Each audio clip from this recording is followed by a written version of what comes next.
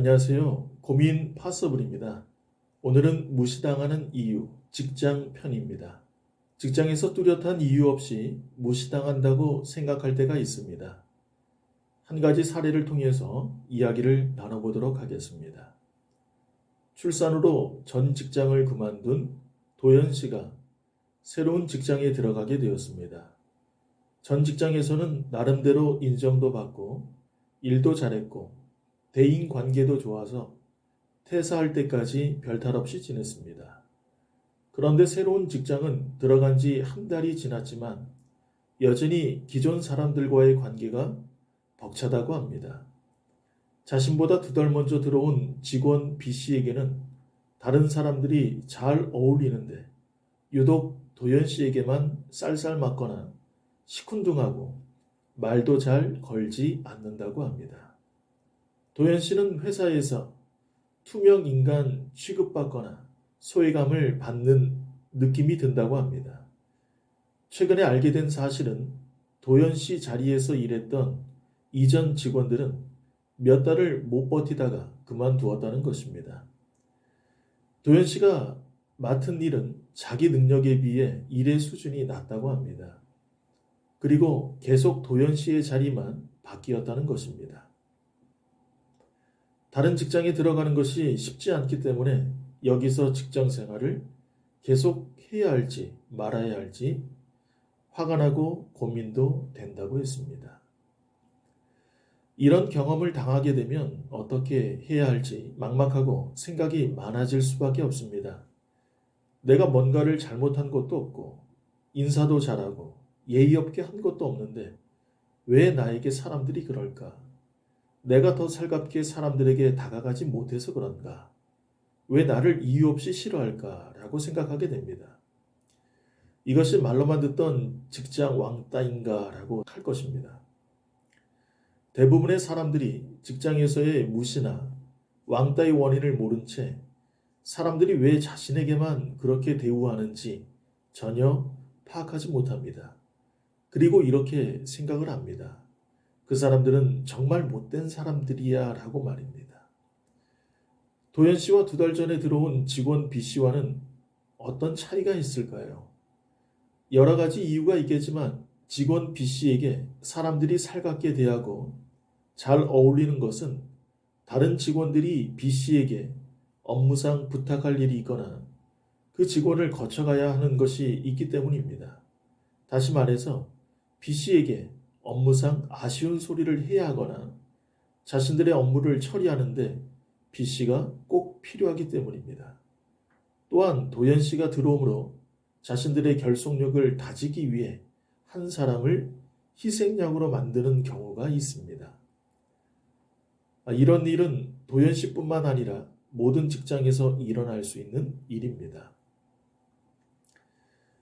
도연 씨가 맡은 업무는 수준이 낮다고 했습니다. 그것을 볼 때 업무상 사람들과의 연결고리가 없는 것 같습니다. 연결고리가 없게 되면 직장에서 존재감이 없게 되는 것입니다.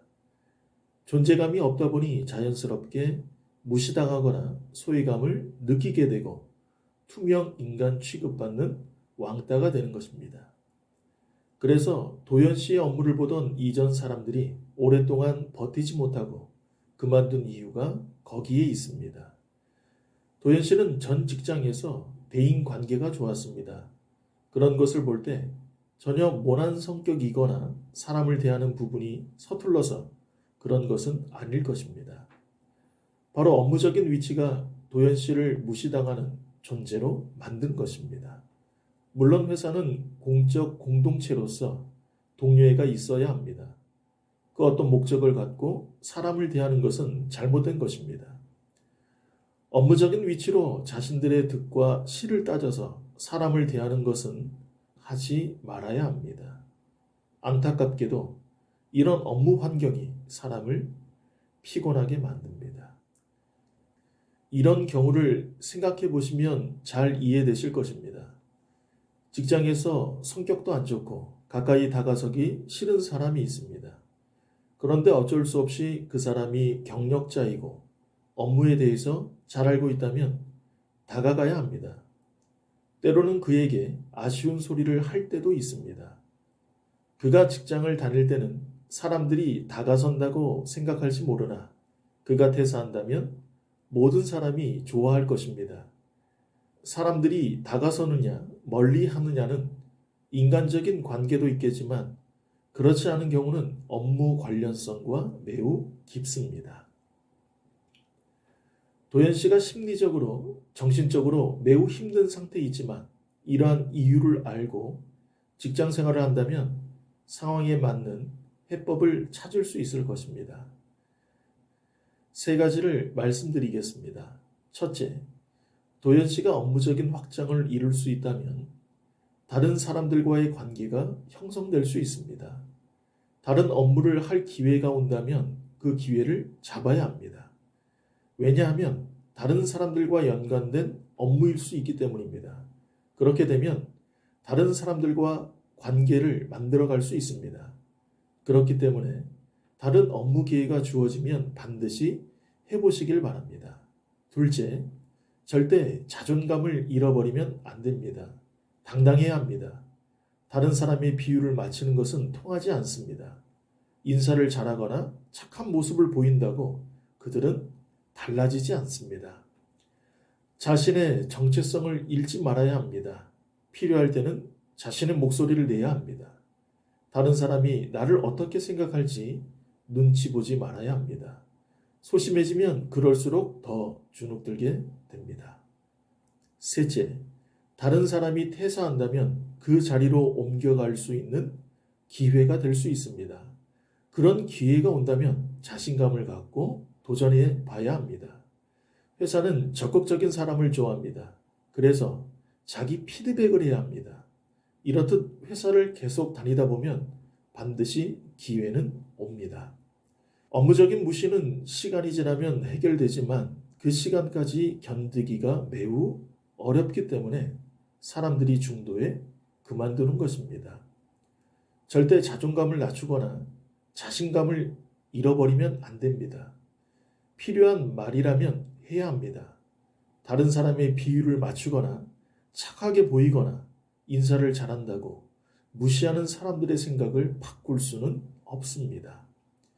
최대한 직장에서도 자기 모습으로 일해야 합니다. 나 자신보다 소중한 사람은 이 세상에 없습니다. 만일 도현 씨가 그 회사에서 스트레스가 심하거나 견디기 어렵다면 과감히 그만두어야 합니다. 사람마다 견디는 체감이 다르기 때문에 그렇습니다. 정신적 스트레스는 건강을 위협합니다. 건강을 잃으면 몸과 마음, 시간과 돈을 잃어버리고 사랑하는 사람들을 모두 힘들게 합니다. 그리고 세상에는 많은 회사가 있고 지금보다도 더 많은 좋은 환경의 회사들도 있습니다. 이러한 부분들을 잘 참고하신다면 직장 생활을 하는데 도움이 될 것 같습니다. 구독과 좋아요 부탁드립니다. 오늘도 웃음꽃이 활짝 피는 행복한 하루 보내시길 바랍니다. 감사합니다.